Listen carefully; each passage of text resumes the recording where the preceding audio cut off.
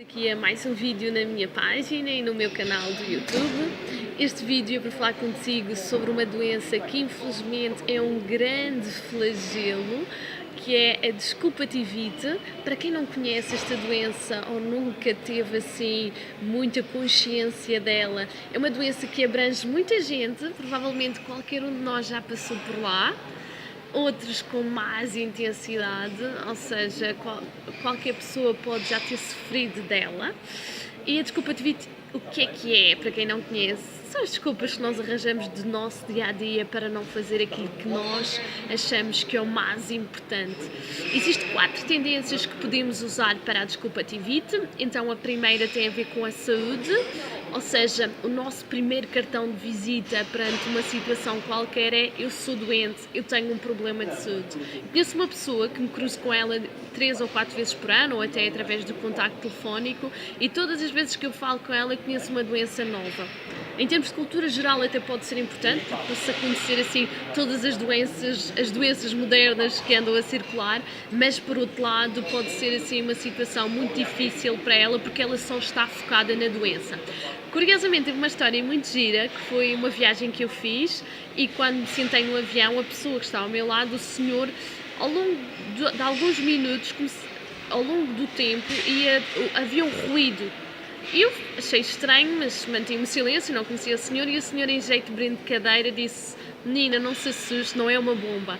Simplesmente eu fui operada ao coração, estou a adaptar-me a uma nova máquina e ela faz um ruído até o corpo se habituar, e o corpo emite este som, o que significa que é um bocadinho estranho, mas foi a melhor solução que eu encontrei para manter a minha paixão." E qual era a paixão do senhor? O senhor adorava correr pelo mundo, já tinha participado em maratonas em Nova Iorque, em Barcelona. Isso foi a forma que ele encontrou para viajar e também conhecer o mundo, e também fazer algo que gostava, que era correr. Faltam apenas 2 meses para ele voltar a continuar essa paixão, e ele transmitia uma alegria e entusiasmo que eu fiquei assim muito feliz, e foi muito bom conhecer aquele senhor. Tanto que quando terminou a viagem eu olhei para ele e disse: "Estou muito grata por ter conhecido e por ser uma grande inspiração para mim, espero que continue a viajar e a conhecer o mundo dessa forma, porque é uma forma muito bonita e é uma forma também de desvalorizar o problema que tem em relação à sua saúde." Isto é um exemplo muito inspirador. Outra tendência em relação à desculpativite tem a ver com a inteligência. E não tenho miolos para isso, ou seja, eu não vou me candidatar àquela oferta de emprego, ou não vou mudar de carreira, ou não vou fazer aquele projeto porque eu não tenho inteligência suficiente para fazer isso. A minha sugestão é: não subestimes a tua inteligência, muita gente acaba por valorizar os outros e acaba por se desvalorizar, achando que os outros são muito mais inteligentes do que eles. Por isso, a minha sugestão é: não subestimes, acredita que tu tens capacidades. Eu soube uma história de um CEO que ele de facto disse que não era uma pessoa assim, desde muito novo, ele não se classificava como uma pessoa muito inteligente.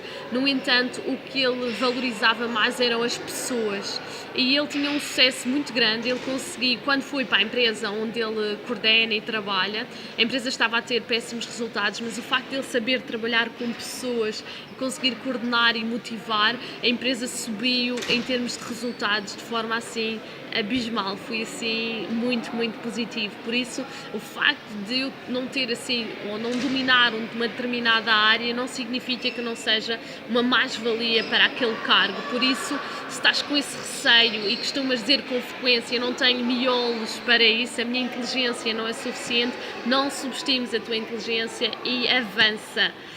Outra tendência em relação à desculpativite, este flagelo, tem a ver com a idade. Não sei se já disseste várias vezes a ti: "Eu não tenho idade para casar, já sou demasiado velha, eu não tenho idade para namorar, eu não tenho idade para mudar de emprego, eu não tenho idade para lançar o meu projeto."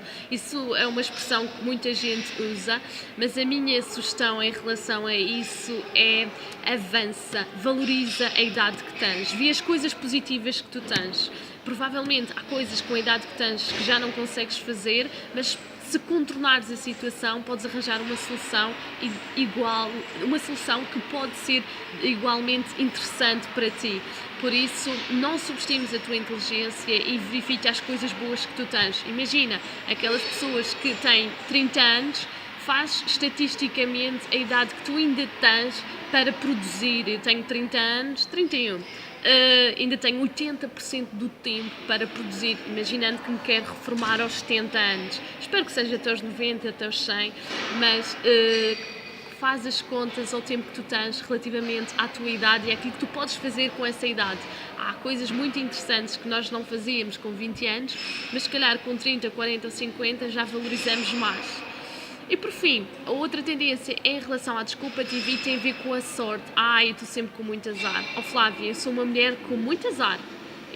Não imaginas, tudo o que acontece é azar. Já ouvi imensas vezes essa expressão e acho que não é muito bem assim. É importante perceber que existem situações que existe a causa e efeito, ou seja, há sempre um resultado perante uma ação, perante uma escolha. E se eu aceitar